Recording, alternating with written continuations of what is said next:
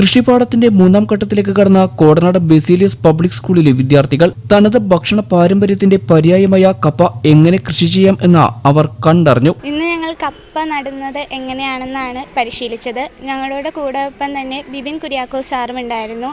ഞങ്ങൾക്ക് അത് വളരെ നല്ല അനുഭവമായിരുന്നു.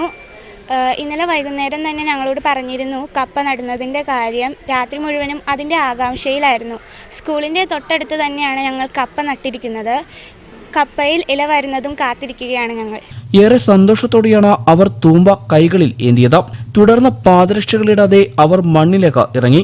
മണ്ണിന്റെ തണുപ്പും ഗന്ധവും ആവാഹിച്ച അവർ മണ്ണുവെട്ടി തടമെടുത്തു.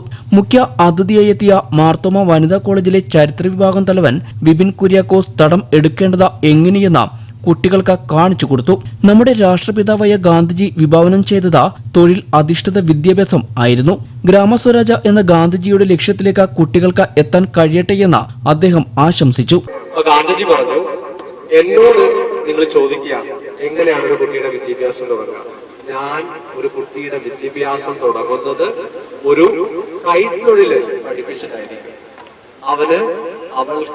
അവർക്ക് ജീവിക്കാൻ കഴിയുന്ന ഒരു കൈത്തൊഴിൽ പഠിപ്പിച്ചുകൊണ്ടായിരിക്കണം ഒരു വിദ്യാർത്ഥിയുടെ ഒരു വിദ്യാഭ്യാസം ഔപചാരികമായിട്ട് തുടങ്ങാം.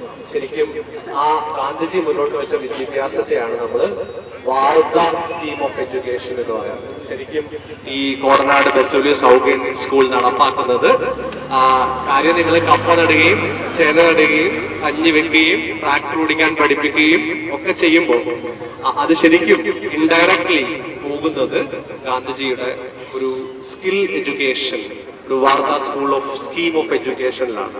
തുടർന്ന് കൃഷി സാഹിത്യത്തിലെ മികച്ച സംഭാവനയായ നാടൻപാട്ട് പാടി ആദിത്യൻ കൃഷിപ്പാടത്തിന്റെ ഭാഗമായി.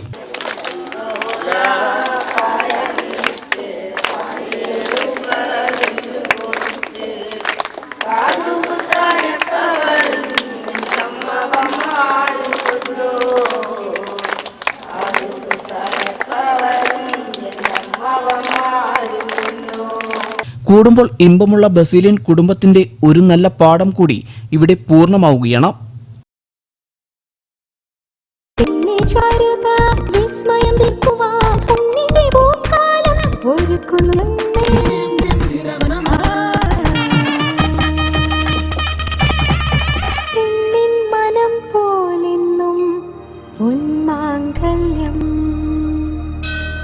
Bobby Chamanur International Jeweler.